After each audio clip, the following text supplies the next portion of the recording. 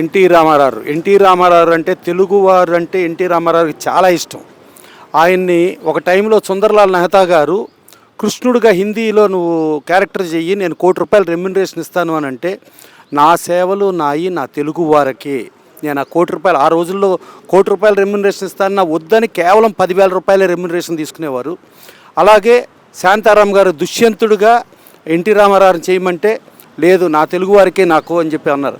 ఇవాళ pan India అంటున్నారు. ఆయన 6వ సినిమా పాతాళ భైరవి తెలుగు, తమిళ, హిందీ అది ప్యాన్ ఇండియా సినిమా.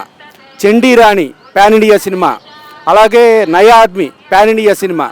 అలా ప్యాన్ ఇండియా సినిమాలు ఉన్న బాలీవుడ్ని వద్దనుకుని హాలీవుడ్లో లార్డ్ కృష్ణ యాక్ట్ చేయమంటే లార్డ్ కృష్ణ కూడా నాకు హాలీవుడ్ కూడా వద్దనుకుని తిరస్కరించిన ఏకైక మహానటుడు దట్ ఈజ్ ఎన్టీఆర్.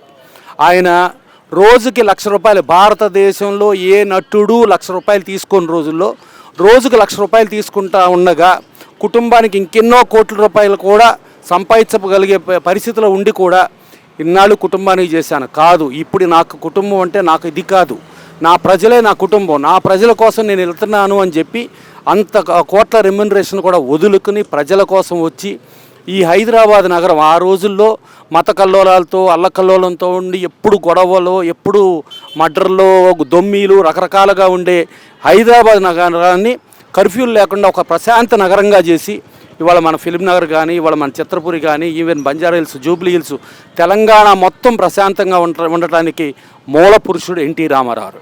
అలాగే మహిళలకు పురుషులతో సమానంగా మహిళలకు సమాన ఆస్తి హక్కు ఇచ్చి వాళ్ళకు ఆ మహిళా యూనివర్సిటీ ఇచ్చి ఇక్కడ ఉన్న ప్రజలు బియ్యం తినడానికి ఏంటి ప్రాబ్లం, జొన్నలే తినాలా, వీళ్ళు బియ్యం ఎందుకు తినకూడదని ₹2 కేజీ బియ్యం ఇవ్వటంగా కానీ, అలాగే రైతులకి మీరు ఎంత కరెంట్ అయినా వాడుకోండి కేవలం ₹50 కట్టండి అని చెప్పి ఇక్కడ కంపల్సరీ రైతులకి మస్ట్గా డౌన్ నుంచి వాటర్ రావాలంటే పంపులు కావాలి. అలాంటి పరిస్థితుల్లో రైతాంగానికి అలా ఎన్నో పథకాలు ఎన్నో చేసి అలాంటి వ్యక్తి ఆయన్ని సోషల్ రిఫార్మర్ అంటారు. అంటే సంఘ సంస్కర్త. మా మహిళలకి ఈక్వల్గా పురుషులు సమానం ఉండాలని, మిగతా అన్ని విషయాల్లో కూడా ప్రతిదీ సమానం. ఈవెన్ పటేల్ పట్వారీ వ్యవస్థను రద్దు చేసి అప్పుడు ఆ రోజుల్లో అగ్రవర్ణాల చేతుల్లోనే రాజ్యాధికారం ఉంటే అది అగ్రవర్ణాలు కాదు, బడుగు బలహీన దళిత మైనారిటీ వర్గాలకు కూడా రాజ్యాధికారం రావాలని ఇవాళ ఆ రాజ్యాధికారానికి ఎంతోమంది యూత్ వచ్చారు. ఇంతమంది వచ్చారంటే అది కేవలం ఎన్టీ రామారావు, అది ఆయన ఒక్కడికే సాధ్యం.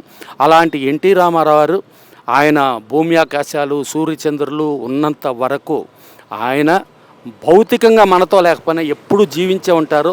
ఆయనకి మరణం లేదు, మరణం లేని ఏకైక వ్యక్తి. ఒక జన్మ పుట్టిందంటే ఆ జన్మకి ప్రతి జన్మకి చావు ఉంటుంది కంపల్సరీ, మరణం తథ్యం.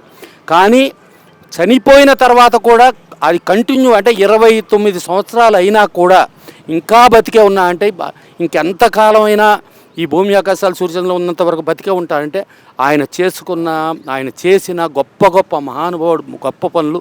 అటు ఆర్టిస్ట్గా చూసుకున్నా, ఇటు ముఖ్యమంత్రిగా చూసుకున్నా, ఇవాళ ఫెడరల్ స్పిరిట్, కేంద్ర ప్రభుత్వం ఒక పార్టీతో కాకుండా భిన్న పార్టీలతో రాజ్యాధికారం అనేది ఆయన స్టార్ట్ చేస్తే ఇవాళ మోడీ గారు అదే కంటిన్యూ అవుతుంది. అలాగే ఈయన చేసిన పథకాలు కూడా ప్రతి ఒక్కళ్ళు భారతదేశంలో అన్ని రాష్ట్రాలు పాటిస్తున్నాయంటే that is one and only NTR. Thank you.